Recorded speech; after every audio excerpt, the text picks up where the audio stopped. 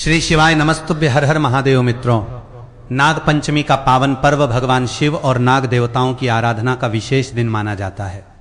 इस दिन की गई पूजा, व्रत और धार्मिक कार्यों का अपना अलग महत्व बताया गया है। लेकिन भक्तों, इस दिन कुछ ऐसे काम भी होते हैं जिन्हें हमारी परंपराओं में करने से बचने की सलाह दी जाती है। मान्यता है कि नाग पंचमी के दिन जाने अनजाने में किए गए कुछ कार्य पूजा की भावना को प्रभावित कर सकते हैं और घर के वातावरण पर भी नकारात्मक असर पड़ सकता है। इसलिए अगर आप इस बार नाग पंचमी का व्रत रखने वाले हैं, भगवान भोलेनाथ की पूजा करने वाले हैं या अपने परिवार की सुख शांति के लिए नाग देवता का स्मरण करने वाले हैं, तो आज की ये पूरी जानकारी आपके लिए बहुत उपयोगी होने वाली है। क्योंकि इस वीडियो में हम केवल ये नहीं बताएंगे कि नाग पंचमी के दिन क्या नहीं करना चाहिए, बल्कि ये भी जानेंगे कि इस दिन किस तरह पूजा करनी चाहिए, क्या खाना उचित माना जाता है, किन चीजों से दूरी रखनी चाहिए, कौन से सरल उपाय किए जा सकते हैं और इस पावन दिन की सबसे जरूरी सावधानियां क्या हैं। इसलिए जानकारी को बीच में छोड़े बिना अंत तक ध्यान से सुनिए, क्योंकि कई बार छोटी सी बात भी हमारी पूरी पूजा की भावना को बदल देती है। भक्तों, वर्ष 2026 में नाग पंचमी का पर्व 17 अगस्त सोमवार को मनाया जाएगा। यह दिन सावन मास के शुक्ल पक्ष की पंचमी तिथि के अंतर्गत आएगा। पंचमी तिथि 16 अगस्त की शाम से शुरू होकर 17 अगस्त की शाम तक रहने की जानकारी दी जा रही है और उदया तिथि के अनुसार नाग पंचमी का व्रत 17 अगस्त को रखा जाएगा। पूजा के लिए सुबह का समय विशेष माना जा रहा है। कई पंचांगों के अनुसार इस दिन सुबह लगभग 5:50 बजे से 8:28 बजे तक पूजा का शुभ समय बताया गया है। हालांकि आपके शहर और स्थान के अनुसार मुहूर्त में थोड़ा अंतर हो सकता है, इसलिए स्थानीय पंचांग से समय की पुष्टि करना अच्छा रहेगा। नाग पंचमी सोमवार को पड़ रही है और सावन का महीना स्वयं भगवान शिव को समर्पित माना जाता है, इसलिए शिव भक्तों के लिए यह दिन विशेष श्रद्धा का अवसर बन जाता है। इस दिन भगवान शिव के साथ नाग देवताओं का स्मरण किया जाता है और परिवार की सुख शांति, रक्षा और समृद्धि के लिए प्रार्थना की जाती है। अब सबसे पहले उस बात को समझ लीजिए जो नाग पंचमी के दिन सबसे अधिक महत्वपूर्ण है। नाग देवता के नाम पर किसी जीवित सांप को पकड़ना, उसके साथ खेलना, उसे हाथ में लेना या उसे परेशान करना बिल्कुल नहीं चाहिए।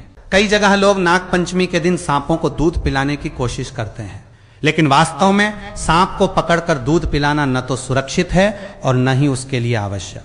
अगर कहीं सांप दिखाई दे जाए तो उससे दूरी बनाकर रखें और उसे पकड़ने के लिए खुद आगे न बढ़ें। जरूरत हो तो प्रशिक्षित सर्प रेस्क्यू टीम या संबंधित वन विभाग की सहायता लें। नाग पंचमी का अर्थ किसी जीव को कष्ट देना नहीं, बल्कि नाग देवता के प्रति श्रद्धा और सभी जीवों के प्रति करुणा रखना भी है। इसलिए इस दिन अगर आप वास्तव में नाग देवता को प्रसन्न करना चाहते हैं तो सबसे अच्छा संकल्प यही होगा कि आप किसी भी सर्प या अन्य जीव को जानबूझकर नुकसान नहीं पहुंचाएंगे। अब दूसरी महत्वपूर्ण बात आती है भोजन की। नाग पंचमी के दिन अगर आपने व्रत रखा है तो भोजन में सात्विकता रखना बहुत जरूरी माना जाता है। व्रत करने वाले लोग अपनी परंपरा के अनुसार फल, दूध, दही, मखाना, साबूदाना, सिंघाड़े का आटा, कुट्टू या अन्य फलाहारी चीजों का सेवन कर सकते हैं।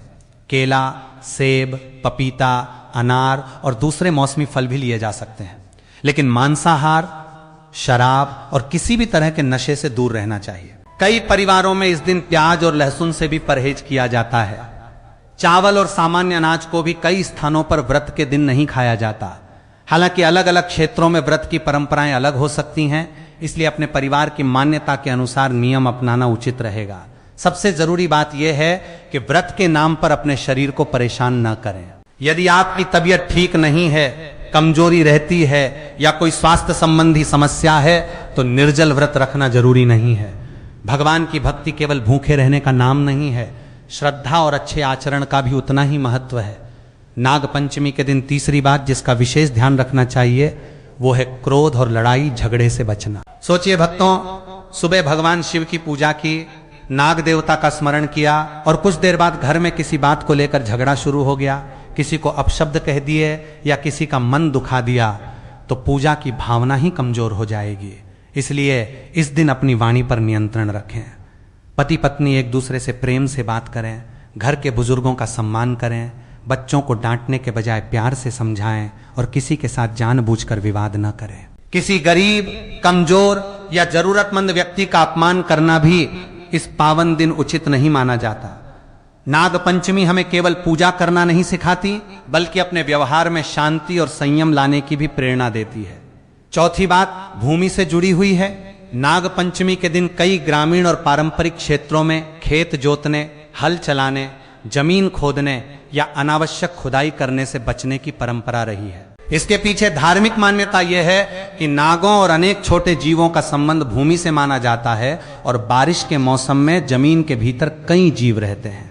अनावश्यक खुदाई करने से उन्हें नुकसान पहुंच सकता है। इसलिए यदि कोई जरूरी काम नहीं है तो इस दिन खेत में हल चलाने, जमीन खोदने या बिना जरूरत मिट्टी काटने जैसे कामों को टालना अच्छा माना जाता है। यह केवल धार्मिक भावना ही नहीं, बल्कि प्रकृति और जीव जंतुओं के प्रति सावधानी रखने का भी एक तरीका है। पांचवी महत्वपूर्ण बात है पूजा के नाम पर डर या अंधविश्वास में कोई ऐसा काम न करना जिससे आपको या किसी दूसरे को नुकसान हो। आजकल इंटरनेट पर नाग पंचमी को लेकर तरह तरह की बातें कही जाती हैं। कहीं कहा जाता है कि एक खास चीज खाने से उसी दिन धन बरसने लगेगा। कहीं कहा जाता है कि एक छोटा सा उपाय करने से सभी दोष तुरंत खत्म हो जाएंगे। ऐसी बातों को आंख बंद करके सच नहीं मानना चाहिए।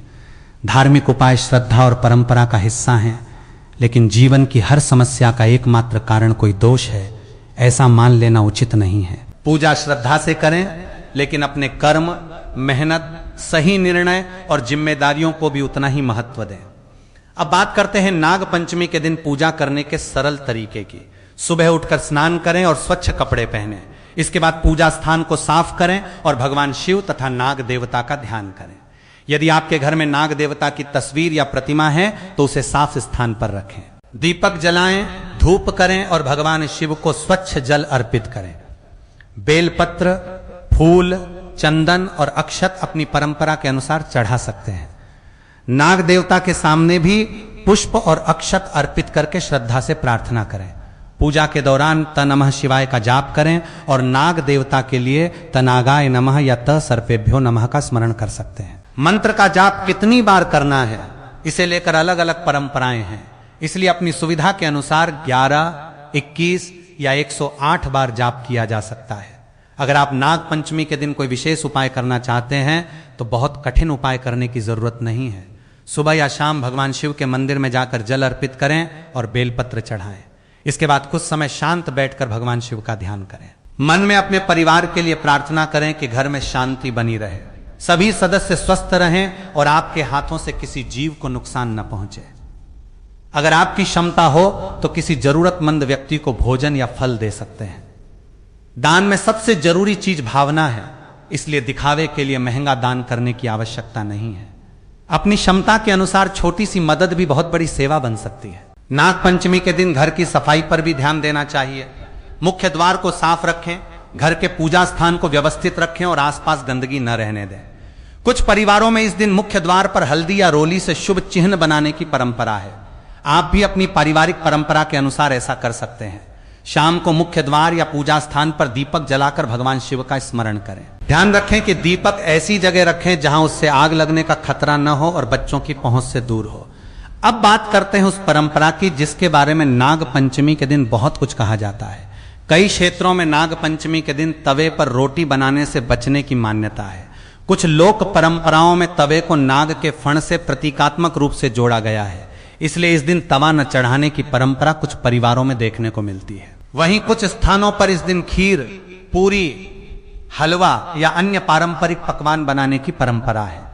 अगर आपके परिवार में भी ऐसी परंपरा चली आ रही है तो आप श्रद्धा से उसका पालन कर सकते हैं, लेकिन इसे हर परिवार के लिए एक जैसा अनिवार्य नियम मानना सही नहीं होगा, क्योंकि भारत के अलग अलग हिस्सों में नाग पंचमी मनाने की विधि अलग अलग है। इसी तरह नाग पंचमी के दिन सुई धागे का काम, कपड़े सिलना या कुछ प्रकार के काटने छांटने के कार्य से बचने की परंपरा भी कई जगह मिलती है। इसका उद्देश्य दिन को धार्मिक कार्यों के लिए समर्पित रखना और अनावश्यक कार्यों से विराम लेना माना जाता है। यदि आपके घर में यह नियम माना जाता है तो आप उस दिन ऐसे काम को किसी दूसरे दिन कर सकते हैं, लेकिन यदि कोई जरूरी काम हो तो केवल डर के कारण परेशानी में पड़ने की जरूरत नहीं है। धार्मिक परंपरा का पालन समझदारी और श्रद्धा के साथ होना चाहिए। नाग पंचमी के दिन भगवान शिव की पूजा करते समय एक बात जरूर याद रखें कि शिवलिंग पर वही सामग्री चढ़ाएं जिसे आपके मंदिर की परंपरा में स्वीकार किया जाता है। सामान्य रूप से जल और बेलपत्र चढ़ाना सरल और सुरक्षित पूजा विधि है। अगर मंदिर में दूध चढ़ाने की व्यवस्था है तो वहां की व्यवस्था का पालन करें।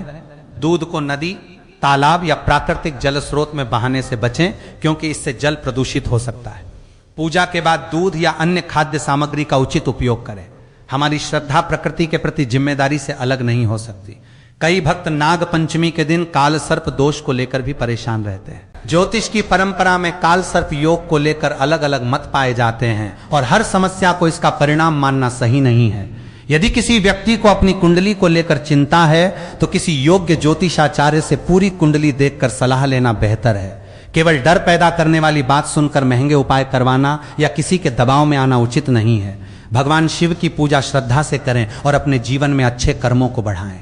नाग पंचमी की धार्मिक मान्यताओं में नाग देवताओं का संबंध भगवान शिव से विशेष रूप से बताया जाता है। भगवान शिव के गले में नाग का होना भारतीय धार्मिक परंपरा में बहुत गहरा प्रतीक माना जाता है। नाग भय का भी प्रतीक हैं और भगवान शिव उस भय पर नियंत्रण का संदेश देते हैं। इसलिए नाग पंचमी के दिन नाग देवता का पूजन करते समय मन में डर रखने के बजाय श्रद्धा और करुणा की भावना रखनी चाहिए। नागराज वासुकी का उल्लेख भी कई पौराणिक कथाओं में मिलता है और समुद्र मंथन की कथा में उनका विशेष स्थान बताया गया है। यही कारण है कि नाग पंचमी केवल एक सामान्य व्रत नहीं बल्कि भारतीय धार्मिक परंपरा और प्रकृति से जुड़ा हुआ पर्व माना जाता है। अगर आप नाग पंचमी के दिन अपने परिवार के साथ पूजा कर रहे हैं तो बच्चों को भी इस पर्व का महत्व समझाएं। उन्हें बताएं कि सांपों से दूरी बनाकर रखना जरूरी है, लेकिन बिना कारण किसी सांप को मारना भी उचित नहीं है। बरसात में खेतों और गांवों में सांप दिखाई दे सकते हैं। ऐसे समय बच्चों को उनके पास जाने से रोकें और यदि सांप घर के आसपास हो तो सुरक्षित तरीके से विशेषज्ञ की सहायता लें।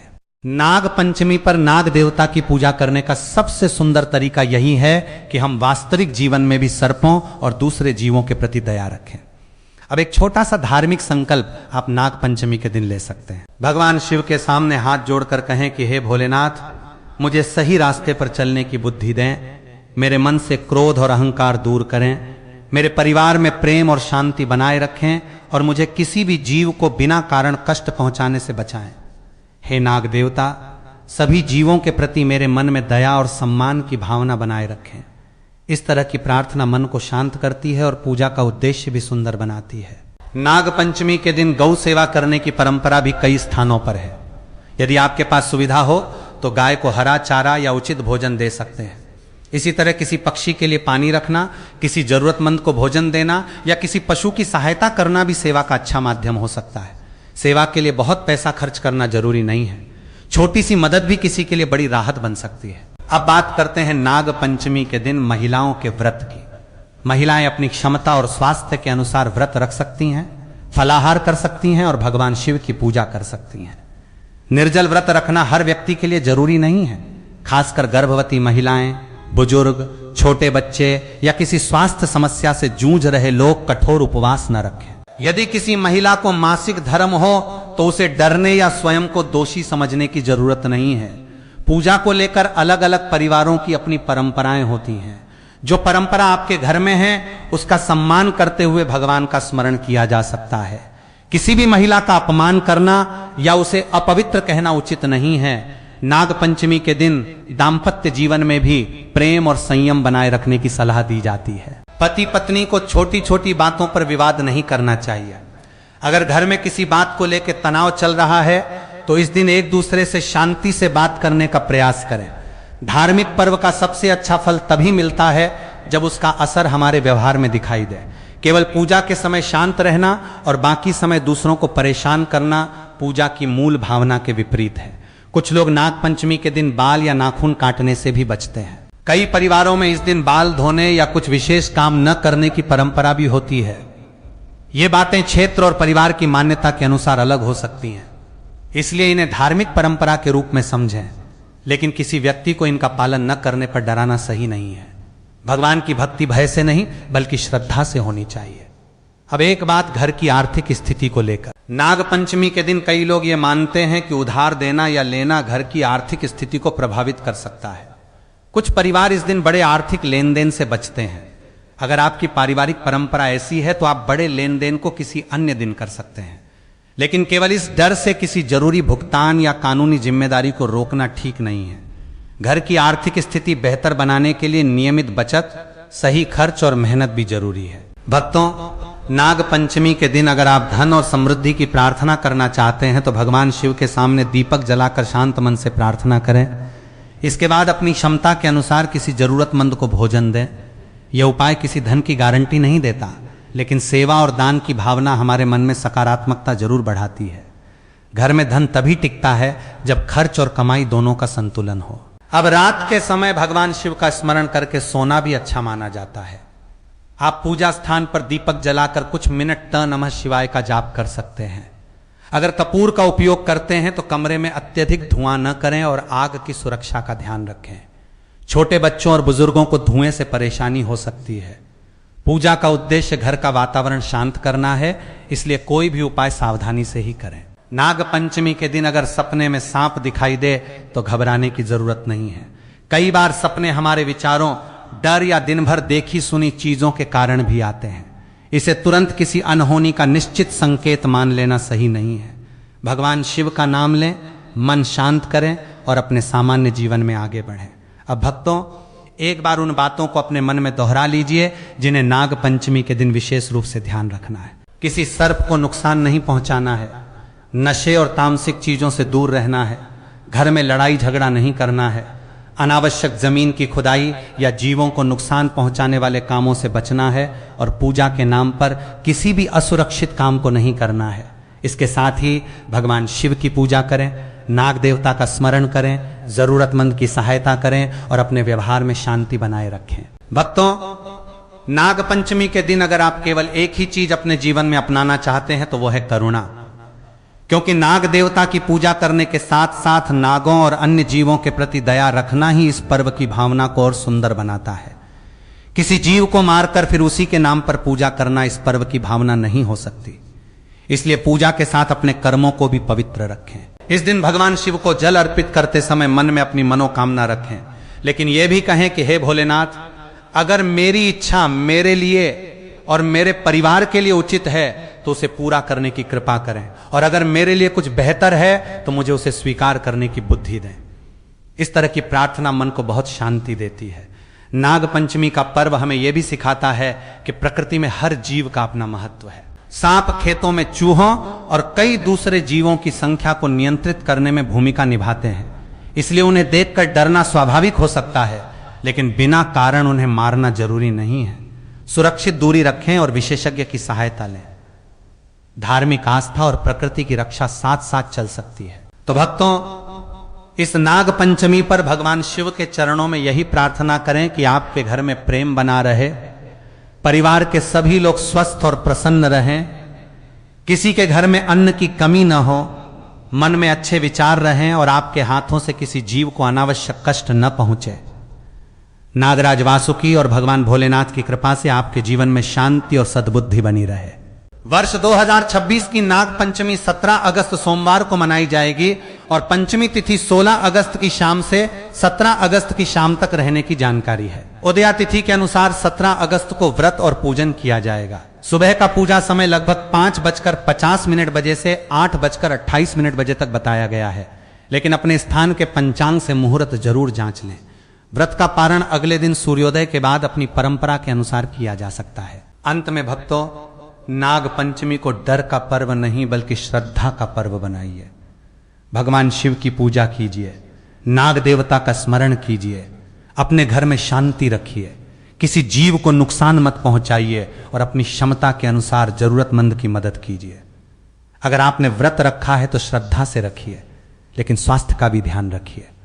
भगवान से प्रार्थना कीजिए कि आपके घर में सुख शांति, प्रेम और सद्बुद्धि बनी रहे। इस पावन अवसर पर सभी के जीवन से भय, क्रोध और नकारात्मकता दूर हो और हर परिवार में सुख समृद्धि का वातावरण बना रहे। बोलिए भगवान भोलेनाथ की जय, नाग देवता की जय। हर हर महादेव। क नमः शिवाय।